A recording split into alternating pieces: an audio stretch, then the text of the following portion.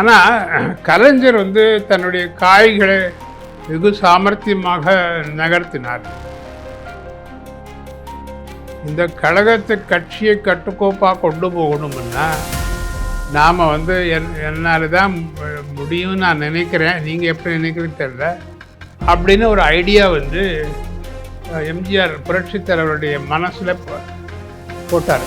அதை உடனடியாக அவர் பிக்கப் பண்ணிட்டார். அந்த ஐடியா அந்த கிராமத்து மக்களெல்லாம் ஓடி அந்த காரை நோக்கி வந்தார்கள்.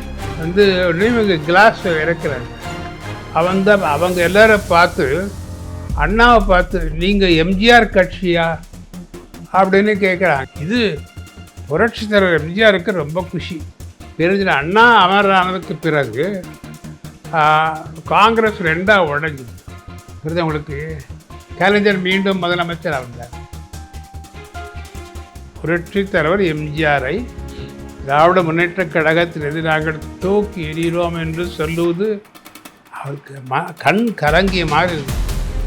அவருடைய அந்த ஃபேஸ் எல்லாரும் சேர்ந்து நம்மளை துரோகம் பண்ணி கவுத்து விட்டாங்க.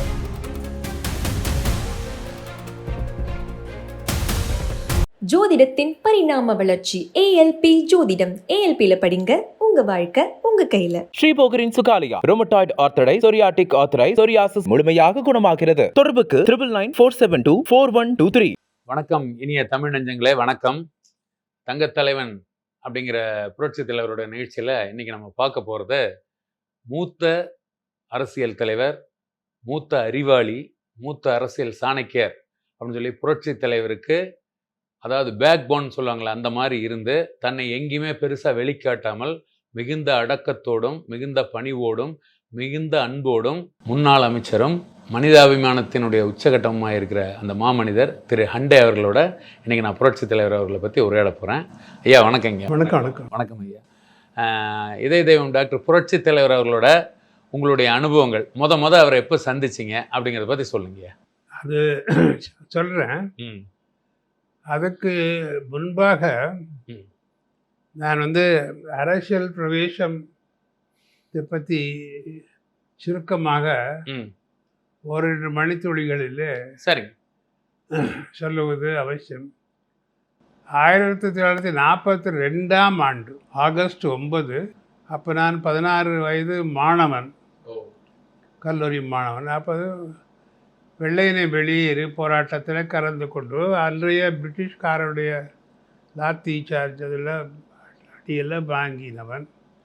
அதற்கு பிறகு இங்கே ஷனாய் நகரில் எளிமையாக ஏழைகளுக்காக மருத்துவமனை ஆரம்பித்து 64ஆம் ஆண்டு சுயேட்சையாக சென்னை மாநகர பெரிய கான்ஸ்டிட்யூன்சி, அது வட சென்னையிலேருந்து தென் சென்னை வரையில் அப்போ 100 டிவிஷன்ஸ், அப்போ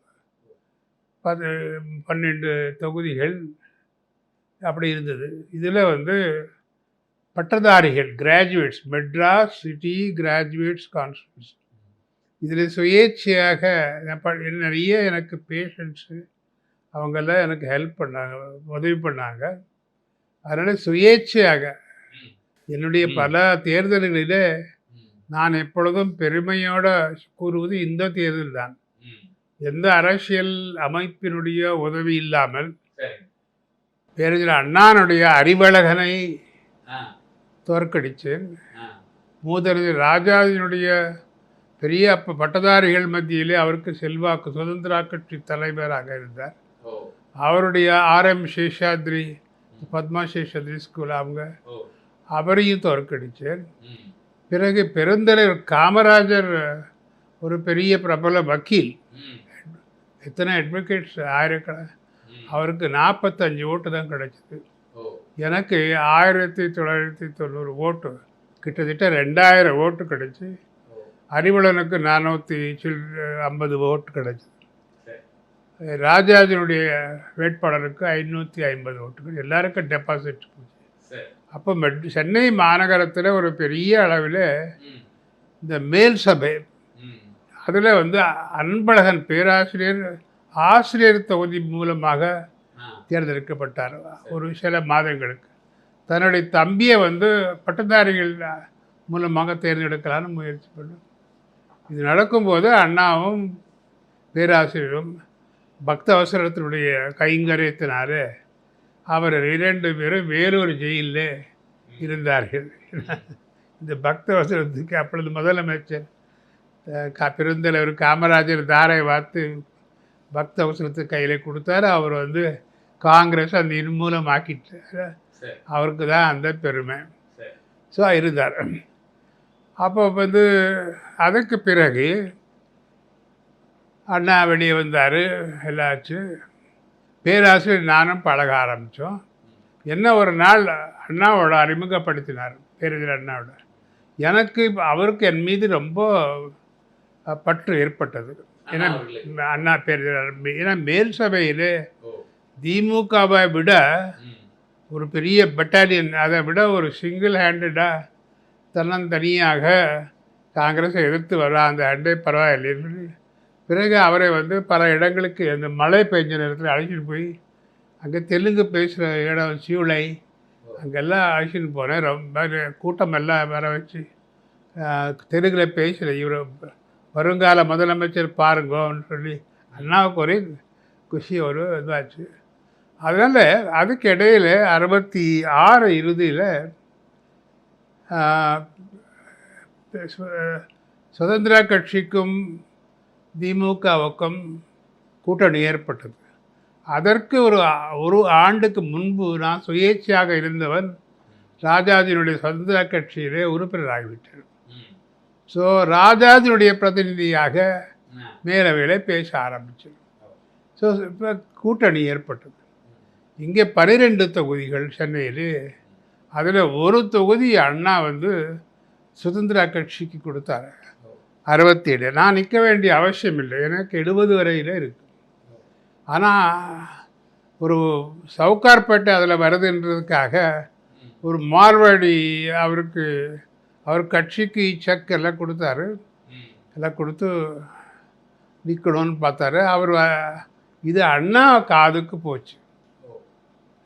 சாதாரணமாக ஒரு தொகுதி கொடுத்ததுக்கு பிறகு அண்ணாவுக்கு ரைட் கிடையாது ராஜாஜி. ஆனால் அண்ணா அவுட் ஆஃப் தி வே. ஆச்சரியம். அவர் ஃபோன் பண்ணார் ராஜாஜி, உங்களுக்கு ஒரு தொகுதி கொடுத்துருக்கு, நீங்கள் அதில் தெலுங்கு பேசுகிறவங்க நிறைய பேர் இருக்காங்க, ஹார்ட் ஒர்க்கர், சின்சியர் ஒர்க்கர், அண்டையை போட்டால் அதுவும் நமக்கு 12 தொகுதி நமக்கு வந்துவிடும், காங்கிரஸுக்கு வராது அப்படின்னு சொன்ன உடனே ராஜாஜி என்ன கூப்பிட்டார். Anna says like this, he knows the pulse of the people, you file your domination போட்டு முதல் வெற்றி. மேலவையிலிருந்து பேரவைக்கு நான் அனந்தநாயகி அவர்களை, அவர் தனக்காகவே அந்த சின்ன குட்டி தொகுதியாக, அதில் 6 கவுன்சிலர்ஸ் காங்கிரஸ், அந்த தொகுதியில் நான் ஜெயித்து முதல்ல வந்தேன். அது 67. அந்த டைமில் அந்த இங்கே தான் புரட்சி தலைவருடைய விஷயம் இங்கே வருகிறது. ஏன்னா இந்த அண்ணாவும் நாம் கூட்டணி எல்லாம் முடிஞ்சு தேர்தல் ஆரம்பித்த நேரத்தில் தேர்தல் பணிகள் அங்கே ராமவரம் தோட்டத்தில் புரட்சி தலைவர் துப்பாக்கியார் எம்ஆர் ராதான்னு சுட்டுவிட்டு அது பெரிய பிறலியாகி பிறகு மருத்துவமனைக்கு ராயப்பேட்டா மருத்துவமனையிலேருந்து ஜென்ரல் ஹாஸ்பிட்டலில் வந்து அவர் அட்மிட் பண்ணார். நான் ஜெயித்த உடனே நம்ம தொகுதியில் தானே அவர் படுத்துட்டு இருக்கார். என்னுடைய பூங்கா நகர் தொகுதியில் ஜென்ரல் ஹாஸ்பிட்டல் வருது. அதனால் நான் நினச்சேன், முதல்ல ஜெயித்த உடனே என்ன வெற்றி காரணமாக இருந்த நிற்க வச்ச அண்ணாவையும் ராஜாஜி பார்த்து 3வது முதல்ல நான் ஹாஸ்பிட்டலுக்கு போய் புரட்சி தலைவரை பார்த்து வணங்கினேன். நீங்கள் நம்ம தொகுதியிலே படுத்துக்கிட்டு இருக்கீங்க, உங்களால் தான் ஒரு வகையில் நான் வெற்றி பெற்றேன். ஏன்னா அவர் வந்து மாவு கட்டு போட்டிருக்கக்கூடிய அந்த ஃபோட்டோ லட்சக்கணக்கான போஸ்டர்கள். அந்த கும்பிட்டு இருக்கிற மாதிரி ஒரு ஃபோட்டோ இருக்கும். அது வந்து சைதாப்பேட் தொகுதியில் கலைஞர் நின்னார். ஓ, அவர் தொகுதிக்கு மட்டும் 1 lakh போஸ்டர்ஸ். அப்பா 1 lakh அது ஸ்பெஷல் சைதாப்பேட்டைக்கு சைதாப்பேட் தொகுதிக்கு மட்டும் கலைஞருக்கு அது கொடுத்தார் திமுக ஆதரவாக. அதான் பிரதமர்களுக்கு. ஆ. ஸோ அப்போ வந்து எனக்கு அங்கே ஒரு சின்ன ஒரு எல்லாருக்கும் தெரிய வேண்டிய விஷயம் இது. புரட்சிகளுடைய மனநிலை எப்படின்றது. அவர் வந்து தனக்கு கஷ்டம் அதை பற்றி பேசலை என்கிட்ட. நீ இங்கே எம்எல்ஏ வரீங்க, அவங்க அண்ணா சாதிக் பாஷாவை ஹெல்த் மினிஸ்டர், அண்ணா கேபினெட்டு யார் யாரை போடுறதுன்னு சொல்லி புரட்சி தலைவருக்கு காமிச்சிட்டு அவருடைய ஒப்புதல் வாங்கி அதை அறிவித்தார் அண்ணா. இதெல்லாம் இப்போ யோசனை பண்ணி பார்த்தீங்கன்னா யாருக்கு இதெல்லாம் தெரியாத விஷயம். ஸோ தலைவருக்கு எம்ஜிஆருக்கு தெரியும் சாதிக் பாஷா. இங்கே மருத்துவமனையில் சிஸ்டர்ஸ் நிறைய பேர் இருக்காங்க, அவங்களுக்கு எல்லாம் அசௌகரியங்கள் இருக்குது, அவங்களுக்கு சரியான பாதுகாப்பு இல்லை. அதெல்லாம் நீங்கள் சாதிக் பாஷா கிட்ட சொல்லி அது சரி பண்ணணும். எனக்கு அது தூக்கி வாரிடுச்சு. இவர் இவ்வளோ கஷ்டத்தில் இருக்கும்போது அதை பற்றி சிந்திக்காமல் இங்கே இருக்கிற அவங்களுக்கெல்லாம் இருக்கிற கஷ்டத்தை பற்றி, இன்னொருத்தருடைய கஷ்டத்தை பற்றி சொல்கிற ஒரு மனிதன் நான் எப்படி பார்க்க முடியும்னு சொல்லி ஆச்சரியப்பட்டார். பிறகு அதெல்லாம் சொல்லி நடந்தாங்க. இது நடந்தது. இதற்கு பிறகு நமக்கு February 3 அன்று 69ஆம் ஆண்டு நம்முடைய பேரறிஞர் அண்ணா அவர்கள் இந்த இதுக்கு விதை போட்டவர்கள். அவர் அகால மரணம் அடைந்தார். அதற்கு முன்பு நான் ஒரு நிகழ்ச்சி சொல்லுவது முக்கியம். புரட்சியர் நான் பார்த்தேன். அதுக்கு முன்பு நான் அண்ணாவை பார்த்தேன் பாருங்கள். அவரை பார்த்து மாலை போட போகிறோடனே உடனே அதை பிடுங்கி எனக்கு போட்டார். பத்திரிகை நிருபர்கள் எல்லாம் எப்படி மாபெரும் வெற்றி பெற்று நீங்கள் அந்த பேரரசு காங்கிரஸை தோற்கடிச்சிருக்கீங்களே, பெரிய கஷ்டம், party all India national Congress தோற்கடிச்சிருக்கீங்கன்னு கேட்டதுக்கு அண்ணா இந்த வெற்றிக்கு காரணமானவர் ஜெனரல் ஹாஸ்பிட்டல் மருத்துவமனையில் படுத்து கொண்டு இருக்கிறார். எப்படி பாருங்க, கெனாட் இமேஜின். அப்படின்னு சொல்லி எல்லாரும் ஓப்பனா அண்ணாவுக்கு அது இதெல்லாம் தெரிஞ்சுக்க வேண்டிய விஷயம். அதான் எந்த அளவுக்குன்னா அண்ணா ஒரு கட்டுரை எழுதியிருக்காரு. அது எங்கேயோ இருக்குது, எங்கிட்ட இங்கே. அதில் இங்கேருந்து திருச்சிக்கு போகிறாரு. இது பழைய கதை. அதில் எம்ஜிஆரை பற்றி குறிப்பிடுறார். அதுக்காக சொல்ல அதில் இங்கேருந்து திருச்சிக்கு போகும்போது இரவு 11 மணிக்கு ஏதோ புறப்பட்டுருக்காங்க. பொழுது விடிந்தது, தொழுதூர் வந்தது, கார் நின்றது அப்படின்னு சொல்லி உடனடியாக அந்த கிராமத்து மக்களெல்லாம் ஓடி அந்த காரை நோக்கி வந்தார்கள். இவங்க கிளாஸ் இறக்குறாங்க. அவங்க எல்லாரும் பார்த்து அண்ணாவை பார்த்து நீங்கள் எம்ஜிஆர் கட்சியா அப்படின்னு கேட்குறாங்க. ஆமாம், எப்படி கண்டுபிடிச்சிங்க நீங்கள் அப்படின்னு அண்ணா சிரிச்சுக்கிட்டே சொல்கிறார். அப்போ சொல்லணும், அந்த கொடியை பார்த்து கண்டுபிடிச்சோம் நாங்கள் நீங்கள் எம்ஜிஆர் கட்சின்னு சொல்லி. அப்புறமா வேறு யாராவது தூண்டி இருப்பாங்க. அவன் தூண்டுறதுக்கு முன்னையே அண்ணா பக்கத்தில் இருக்கிறவன்ட்டு பார்த்தீங்களா நம்ம புரட்சி நடிகர் நம்ம இயக்கத்துக்கு எவ்வளவு வலுவு சேர்த்திருக்கிறார் அப்படின்னு சொல்லி அந்த ரூட்டில் பெருந்தன்மையோட சொல்லியிருக்காரு. அதான் அவருடைய பெருந்தன்மைக்கு ஒரு எடுத்துக்காட்டு. புரட்சி தலைவர் பிறகு நிறைய கட்சிக்காக நிறைய கேன்வாஸ் எல்லாம் பண்ணிகிட்டு இருந்தார். இதெல்லாம் முடிஞ்சு நான் சொன்னது 69 அண்ணா அமரர் ஆனதுக்கு பிறகு ஆட்டோமேட்டிக்காக உடனடியாக வந்து நம்பர் 2 இடத்துல இருந்தவர் நாவலர். அவர் தான் முதலமைச்சராக வந்திருக்க வேண்டியது. ஆனால் கலைஞர் வந்து தன்னுடைய காய்களை வெகு சாமர்த்தியமாக நகர்த்தினார். அவர் என்ன பண்ணாருன்னா, உடனடியாக ராமவரம் தோட்டத்துக்கு சென்று புரட்சி நடிகர் அப்போ புரட்சி தலைவராக ப்ரமோட் ஆகலை. அவரை பார்த்து இந்த கழகத்தை கட்சியை கட்டுக்கோப்பாக கொண்டு போகணும்னா நாம் வந்து என்னால் தான் முடியும்னு நான் நினைக்கிறேன், நீங்கள் எப்படி நினைக்கிறீன்னு தெரியல, நாவலாளர் முடியுமா, கஷ்டமாக இருக்குமே அப்படின்னு ஒரு ஐடியா வந்து எம்ஜிஆர் புரட்சி தலைவருடைய மனசில் போட்டார். அதை உடனடியாக அவர் பிக்கப் பண்ணிட்டார் அந்த ஐடியா. எனக்கு அப்படி தான் தோன்றுறது சொல்லி எல்லா எம்எல்ஏகளுக்கும் செய்தி போயிடுச்சு. அவர் வந்து புரட்சி நடிகர் கலைஞரை தான் முதலமைச்சராக விரும்புகிறார் அப்படின்னு போயிடுச்சு. ஸோ எம்எல்ஏகள் கூட்டம், திமுக எம்எல்ஏகள் கூட்டம், அதில் யார் தலைவர்னு எடுத்துக்கிட்டோ அவர் தான் முதலமைச்சர். ஸோ நாவலர் தனக்கு அந்த பதவி வரும்னு காத்துட்டு இருந்தார். எல்லாரும் எழுந்து சடனாக கலைஞர்னு சொன்ன உடனே நாவலர் புரிஞ்சுக்கிட்டார். அதுக்கு பிறகு முதலமைச்சராக வந்தார் யார், கலைஞர். இப்போ அடுத்த பாயிண்ட்டுக்கு நான் போகிறேன். 71 இது வந்து 1971 67 திமுகவும் சுதந்திர கட்சியும் கூட்டணி. 71 திமுகவும் இந்திரா காங்கிரஸும் கூட்டணி. ஏன்னா காங்கிரஸ் 69 தெரிஞ்ச அண்ணா அமரானதுக்கு பிறகு காங்கிரஸ் 2ஆக உடைஞ்சிது.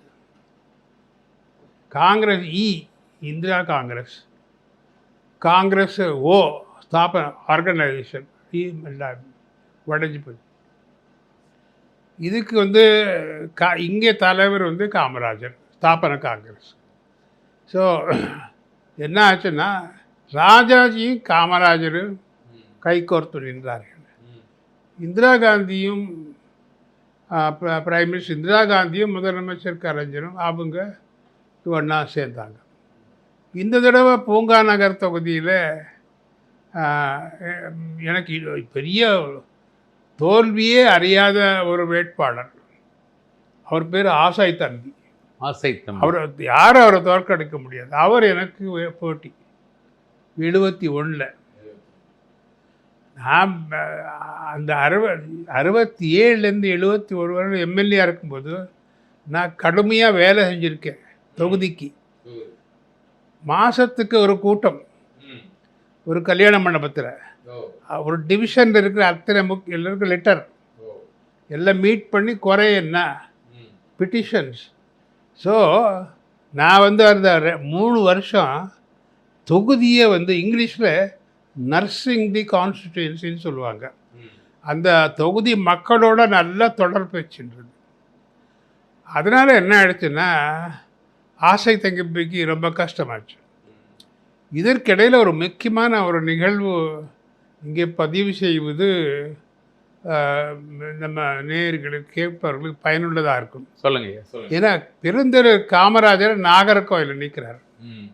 நான் சொன்னேன் எனக்கு ஒரு கூட்டம் வேணும்னு. இங்கே கண்ணப்பரத்திடல பெரிய கூட்டத்தில் காமராஜர் வந்து அண்டை தான் என்னுடைய இது, நீங்கள் அவர் ஜெயிக்க வைக்கணும்னு. அது ரொம்ப எனக்கு சாதகமாக இருக்குது. என்னுடைய எலெக்ஷன் February 15 முடியுது. அவர் வந்து நாகர்கோவில் நிற்கிறார் பெருந்தலைவர். அவரது 22ஆம் தேதி. இடையில திருச்செங்கோடு ஒன்று வருது, டிவிகே சம்பத். அவர் அங்கே நிற்கிறார். அவர் எனக்கு இன்லண்ட் கவரெல்லாம் போட்டு ரைட்டு ₹100 பெட்ரோல் செலவுக்கு ₹100 அனுப்பிச்சார். நான் இங்கேருந்து நேராக என்னுடைய எலெக்ஷன் முடிஞ்ச உடனே அங்கே ஒரு பெரிய கூட்டத்தில் பேசிட்டு உடனடியாக நாகர்கோவிலுக்கு போயிட்டேன் காரில், என்னுடைய காரில். அங்கே 3 நாள் 6 தொகுதி பார்த்தா நீங்கள் ஆச்சரியப்படுவீங்க. அங்கே பணம் மூட்டையெல்லாம் இந்திரா காந்தி மூலமாக எப்படியாவது டிஃபீட் திஸ் மேன், எந்த ஒரு பெருந்தலைவர் காமராஜர் தமிழுக்கு நாட்டுக்காக உழைத்து இன்னைக்கு தமிழ்நாடு ஒரு அளவுக்கு இண்டஸ்ட்ரி, படிப்பு, காலேஜஸ், இண்டஸ்ட்ரி எல்லாத்துலேயும் தொழிற்பேட்டை, இதிலெல்லாம் டேம் ஏகப்பட்ட, அந்த டேம் இந்த டேம் எல்லாத்துக்கும் காரணம் வந்து பெருந்தலைவர் காமராஜர் ஆர் வெங்கட்ராமன் மூலமாக எல்லாத்தையும் நடத்தி. அவர் இல்லைன்னா தமிழ்நாடு அதோகதி. அவரால் தான் அந்த பெருந்தலைவர் காமராஜரை தோற்கடிப்பதற்காக அவர் வந்து பக்தவஸ்திரத்துக்கு வாய்ப்பு கொடுத்துருந்தார். அந்த பக்தவஸ்திரம் சீசப்படி எல்லாரும் வந்து அவருக்கு எகெயின்ஸ்டாக வேலை பார்த்தாங்க. எனக்கு ரொம்ப மனசு கஷ்டமாக இருந்தது. இன்றைக்கி காங்கிரஸ்காரங்க நாங்கள் காமராஜர் ஆட்சியை கொண்டு வருவோம், அவர் அமரர் ஆனதுக்கப்புறம் அவர் உயிரோடு இருக்கும்போது நாங்கள் கலைஞர் ஆட்சியை கொண்டு வருவோம். இதே காங்கிரஸ்காரங்க நான் கூசாமல் பேசும்போது எனக்கு சிரிப்பதா அழகுதான்னு தெரியல. இப்படி ஒரு துரோகம் பண்ணுறாங்களே, அப்படிப்பட்ட ஒரு பெரியவருக்கு அவரை பற்றி காங்கிரஸ்காரர்களுக்கு, இன்றைய காங்கிரஸ்காரர்களுக்கு பெருந்தலைவர் காமராஜரை பற்றி பேசி உச்சரிப்பதற்கு, அந்த புனிதமான பேர் உச்சரிப்பதற்கு கூட உரிமை இல்லை என்பது என்னுடைய ஆழமான கருத்து. ஏனென்றால் அந்த அளவுக்கு அவர்கள் தூரம் கடைசியில் ரிசல்ட் வந்தது. ரிசல்ட் கொஞ்சம் லேட்டாக, எல்லாம் இன்றைக்கி லேட்டாக வந்தது. ஜெயிச்சுட்டார், அவரும் ஜெயிச்சிருக்காங்க. நான் வைரவன் அவருக்கு ஃபோன் பண்ணேன். பெருந்தலைவர் இப்போ 7 மணி 7:30 மணி ஆச்சு சாயந்தரம், அவர் உங்களுக்காக வெயிட் பண்ணி, நீங்கள் ஜெயிச்சதை கேட்டு நீங்கள் வருவீங்கன்னு காத்துட்டு உடனே வாங்கோ. போனோடனே அவருக்கு கண் கலங்கிய மாதிரி இருந்தது. அவருடைய அந்த ஃபேஸ், எல்லாரும் சேர்ந்து நம்மளை துரோகம் பண்ணி கவுத்து விட்டாங்க. அவர் மட்டும் ஜெயித்தார். மற்ற 38 தொகுதியும் திமுக காங்கிரஸ் போயிடுச்சு. புரியுது உங்களுக்கு? கலைஞர் மீண்டும் முதலமைச்சராக வந்தார். நடந்தது சொல்கிறேன் உங்களுக்கு. ஆகவே இப்படியெல்லாம் அவர் உயிரோடு இருக்கும்போது அவர் அதே மாதிரியாக டாக்டர் அம்பேத்கரையும் நிறைய டார்ச்சர் பண்ணாங்க உயிரோடு இருக்கும்போது. அதே மாதிரி நம்முடைய பெரியவர் ரொம்ப சீப்பா ஆதித்தனார், கிரேட். நானும் அவரும் பக்கத்து சீட்டு மேல் சபையில். அன்பழகன், சீப்பா ஆதித்தனார், நான் எல்லாம் ஒன்று. அவரை வந்து ஜெயிலில் போட்டார் பக்தவஸ்தர். அப்போ நாம் தமிழரில் இருந்தார். அவர் வந்து தமிழுக்காக 4-5 லைன் தினத்தந்தியில் எழுதியிருக்கார். அது அந்த அளவு டாலரேட் பண்ண முடியல இவங்களால். அதுக்கு 91 நாள் அவரை ஜெயிலில் போட்டு இன்றைக்கி வந்து சீப்பா ஆதித்தனாருக்கு மாலை போடும்போது அவங்க மனசில் எப்படி, எந்த மனசாட்சி எப்படி இருந்திருக்குன்னா, இஸ் அ கிரேட் பர்சன். இன்றைக்கி வந்து ஒவ்வொருத்தரும் பேப்பர் படிக்கிறான். இந்தியாவில், தமிழ்நாட்டில் பேப்பர் படிக்கிற அளவுக்கு இந்தியாவில் எங்கேயும் கிடையாது, எந்த மாநிலத்திலையும் கிடையாது. அதுக்கு காரணம் சீப்பா ஆதித்தனார். ஐ பவுடவுன். நான் சொல்கிறேன், உயிரோடு இருக்கும்போது எந்த மாதிரியாக பண்ணுறாங்கன்றதுக்காக சொல்கிறேன். இதெல்லாம் முடிஞ்சுது. இப்போ வந்து அந்த முக்கியமான கட்டத்துக்கு வருவோம். இது வந்ததுக்கு பிறகு 71ஆம் ஆண்டு மீண்டும் கலைஞர் முதலமைச்சர் எனக்கு வந்துட்டு, அவருக்கும் புரட்சித்தலைவர் எம்ஜிஆர் அவர் பொருளாளராக இருந்தார். ஒரு விரிசல் ஏற்பட்டது. நிறைய தேவாதேவி பணம் எல்லாம் வந்து, அதாவது புரட்சி தலைவர் அவருக்கு தெரியாம நடந்துட்டு இருக்கு. புரட்சி தலைவர் பொருளாளராக இருந்தார் இல்லைங்களா? ஆமா, அப்பொழுது பொருளாளராக இருந்தார். சரி, திமுகவில். ஓகே, திமுகனுடைய பொருளாளருக்கு தெரியாமல் பல செலவினங்கள் நடக்குது அப்படின்னு சொல்லி, ஆகவே அவர் தனியாக சொல்லி பார்த்து கேட்கல.